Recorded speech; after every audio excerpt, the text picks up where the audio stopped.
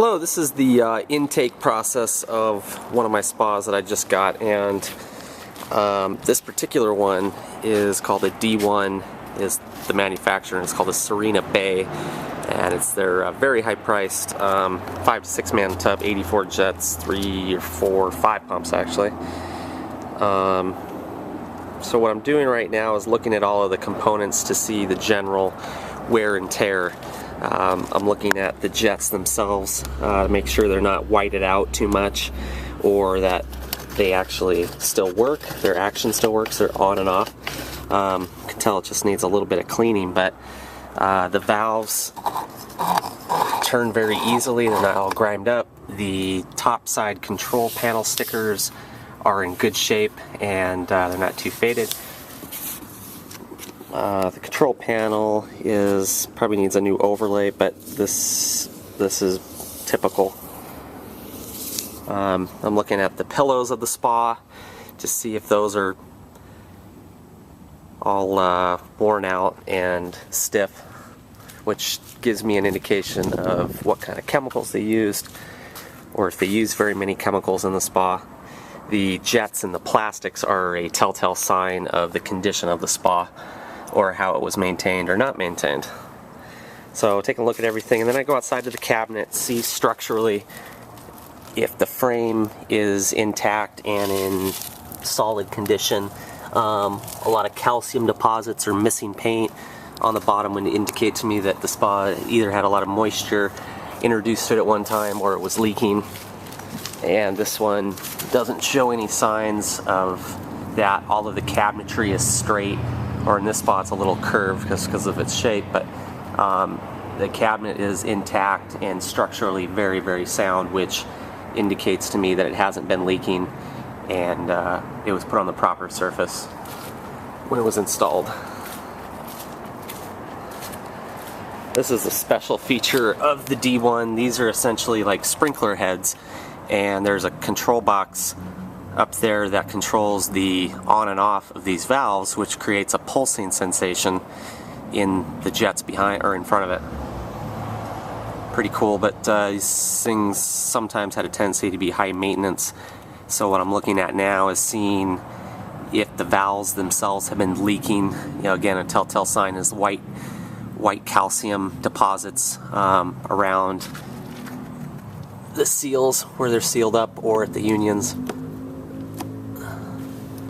And this one is very, very minimal. They started putting these valves inside a shroud, I notice, with this one, which is a good idea. Keeps everything tight and free from moisture, and it's good.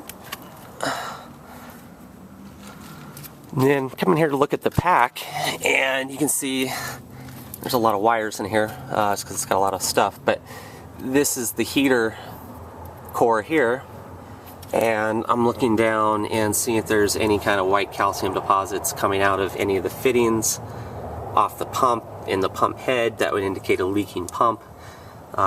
These are all tight and free of moisture, which indicates to me that it's been taken care of, and there's been no water leakage, which is the number one cause of damaging, rotting out componentry, is water. Structurally, all the wood on this is essentially perfect, sound. So again, doing a thorough inspection before we go through the detail process on this spa. So next it's going to be cleaned very thoroughly.